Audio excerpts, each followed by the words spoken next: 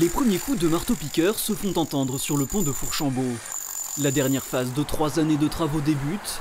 Le chantier s'accompagnera d'une circulation alternée mise en place pour au moins 3 mois à partir du 25 mars. Mais les perturbations n'inquiètent pas trop les usagers réguliers. Tous les jours, et c'est embêtant, mais bon, on va faire autrement. C'est une remise en état, peinture, couche de roulement et puis tout ce qui concerne la structure quoi, pour le maintenir en état. Déjà pour l'esthétique c'est quand même mieux, puis après pour la sécurité de tout le monde aussi, c'est bien. L'ouvrage construit en 1951 fait la liaison entre la Nièvre et le Cher.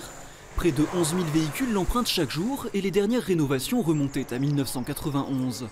Les 2 dernières années, la structure a été consolidée. Il reste maintenant à rénover les trottoirs et repeindre les montants côté aval. C'est ce qui garantira une imperméabilisation totale de l'ensemble de la structure et qui devrait pérenniser la durée de vie de cet ouvrage, qui avait besoin d'entretien.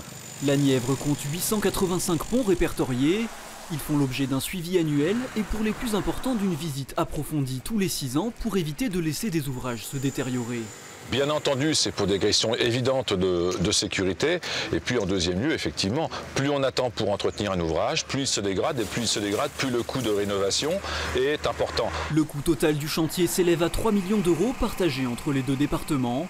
Sans incident, le pont de Fourchambault ne devrait pas nécessiter de travaux d'ampleur dans les 20 prochaines années.